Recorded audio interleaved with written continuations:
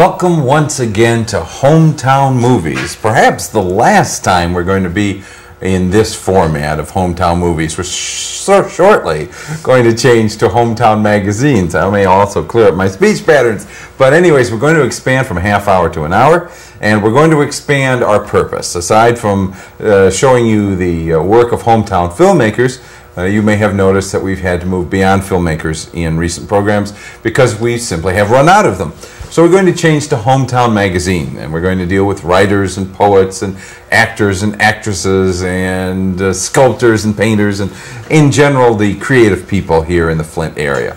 My name is Michael Kelly. I'm your host for tonight's program, and our guest tonight for a second time is Jan Worth, a poet from the Flint area, a recognized, award-winning poet from the Flint area.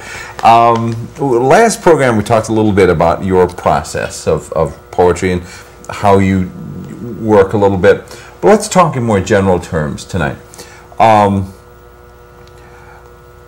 Poetry is a use of language that differs from the normal everyday usages of language. It doesn't necessarily tell you where the coffee is and what aisle to go down and what gasoline you should put in your car. It is not necessarily functional, but it must fulfill a function. What is the purpose of poetry, do you think? Oh, that's a good question. I've heard it described that one of the functions of poetry is to try to say the unsayable, or to put into words the things that we feel but we don't have words for. I think music fulfills some of the same role, and I sometimes feel sorry that I'm not more musical because I'd like to be able to put words into music in certain ways. But I think that's part of it. It's like the things we struggle with every day that we can't put words to sometimes find their way into poetry. And it's the one form of language that seems to be right for those moments. It survives a Barely. lot of historical challenges. Yes. Not really. You know, people don't make money at it. Although obviously there's a lot of pop lyrics and greeting cards, and I mean there's poetry out there sort of being sold. But the pure poet tends not to make a lot of money at poetry as such, and yet it's very widespread. It is so grassroots. I mean, there is no central industry, you know, recruiting and training poets. I mean, poets just grow. There are no CEOs in this business.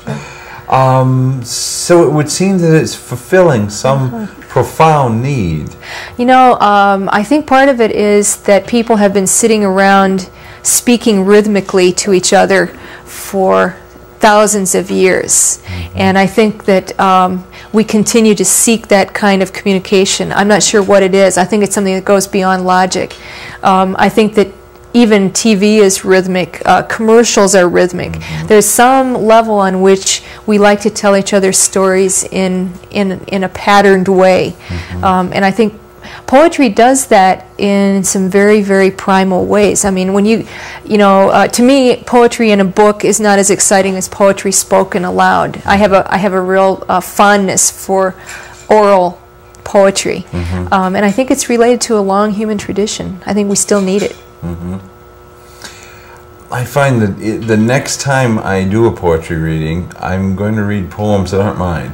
I find that I want to, there's a Chesterton I want to read, and there's a Pierce I want to read, and every now and then I find a poem and I say, oh, that is, I mean, I know how to read that one. There's a lot I don't. And I remember a friend once reading aloud an E.E. Cummings, and it absolutely just set lights off. It came alive, huh? Yes, because I'd always liked the poem. You know, it's the Mud Luscious, you know, the spring poem.